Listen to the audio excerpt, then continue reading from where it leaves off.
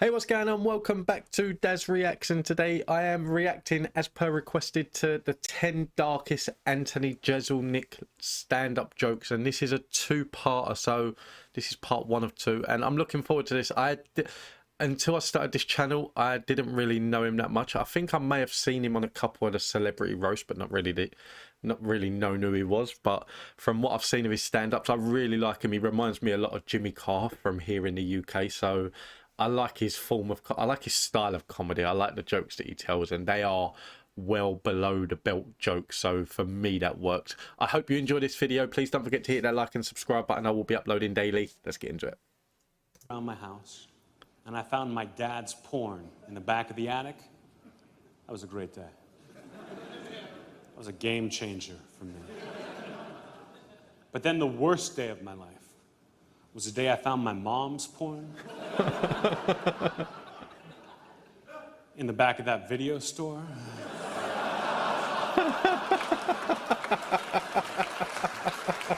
My sister and her husband.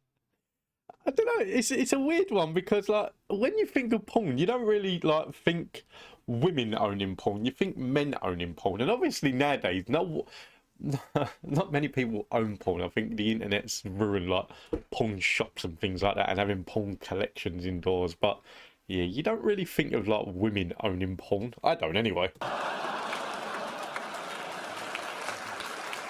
My sister and her husband live next to a bunch of cell phone towers. And they're concerned it's going to affect the health of their children, you know, if they can stop having miscarriages.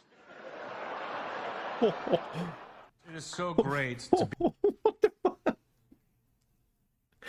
That's what I mean, that his style of comedy, like that below the belt kind of comedy, that, yeah, I like it. That it's not for everyone, but I like it. Be here doing stand-up for a group of Muslims. How can you tell the difference between a regular Muslim and a terrorist? How? I have no idea, and that's kind of the problem, isn't it? Yeah, there's some things I just don't understand. Like, I've never understood the foot fetish, you know what I mean? Like, are you guys together right here? No? Are you guys together right here? All right, don't be such a bitch about it. How long you been together? 5 years, wow. Does he ever suck on your feet? No? Would you, if you had a different girlfriend? Was it like, so you're like a I never, do you know what, honestly, the idea like a foot fetish, there's a lot of fetishes out there for people, but one thing that I don't understand is a foot fetish. The idea of sucking on someone else's toes, or even having someone suck on my toes, it's just nasty. And then like, do you know, it reminds me of one scene. I think it was on, it might have been Jerry Springer, actually, years and years and years, and probably like 20 years ago. And there was someone on there, and he had to take his shoe off, and he had his sock on, and it was someone on there that had a foot fetish, and this sock was pure dark yellow, dirty, disgusting. And he took the sock off, and someone sucked on his toe, and I'm sure it was Jerry Springer, or it might have been Maury Povich or something like that. It was a talk show like that, and it no, it was disgusting. A foot fetish, to me, if you've got a foot fetish where you want to suck on toes, to me, you're just like the ultimate weirdo. You, if you had a different girlfriend? Was it like, so you're like across the board, no feet. That's what I'm like. You know? Like, I once went on a date with a girl, first date, and we went hiking. Her idea. And while we're hiking, she gets bit by a snake in between 2 toes. Yeah, you did. I had to suck out the poison. No, hell no. So she's dead. That would be my mentality, that, oh no, like, you got bit by a snake there between your toes. How the fuck do you get bit between your toes by a snake? Yeah, you'd be dead. So she's dead. I just read the biography of the guy who invented Super Mario Brothers. Did you know that when he was a kid, people used to laugh at him when he would kill turtles with a hammer? My ex-girlfriend owned a parakeet. It makes you laugh though. Like, where do they come up with the ideas for these games? And like, it is that you got to have some, like, you got to have it in your mind somewhere that, like, maybe you've looked at a turtle one day and thought, you know what, I could hit that turtle with an hammer, but instead of doing that, I'm just going to turn it into a game. My ex-girlfriend owned a parakeet. Did you guys hear what I just said? She owned a parakeet. Oh my God. That thing never shut up. But the bird was cool. And people get weird when kids die. Well, that's a fact. Like about a month ago, some kids in my neighborhood are playing hide and go seek, and one of them ended up in an abandoned refrigerator. It's all anybody talked about for weeks. I said, who cares? How many kids you know get to die a winner?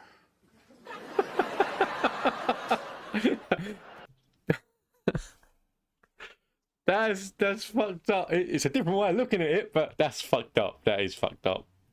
To die a winner. You don't know anything about pain. You don't know anything about pain until you've seen your own baby drowned in a tub. And you definitely don't know anything about how to wash a baby.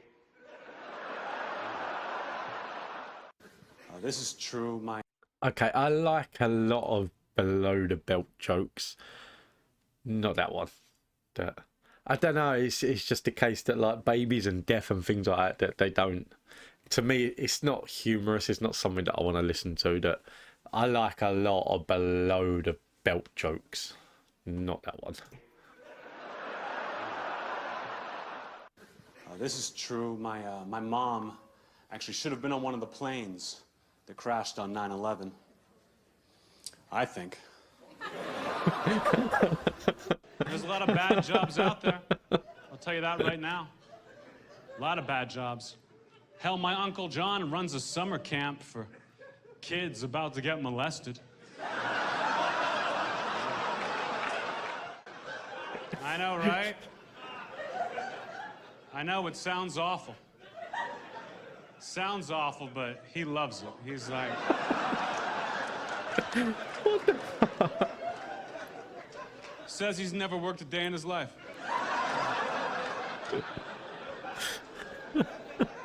Doesn't pay that much, but the benefits.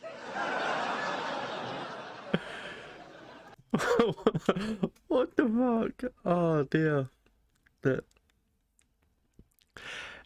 The thing that amazes me with comedians is that he has to be... he's sitting somewhere, or like he's doing something. He could be driving, he could be shopping and things like these just pop into his head. Like, I understand a lot of comedians have got writers and things like that that come up with it, but a majority of it would have been his. And like just that sadistic mind is just something that is crazy. Much, but the benefits.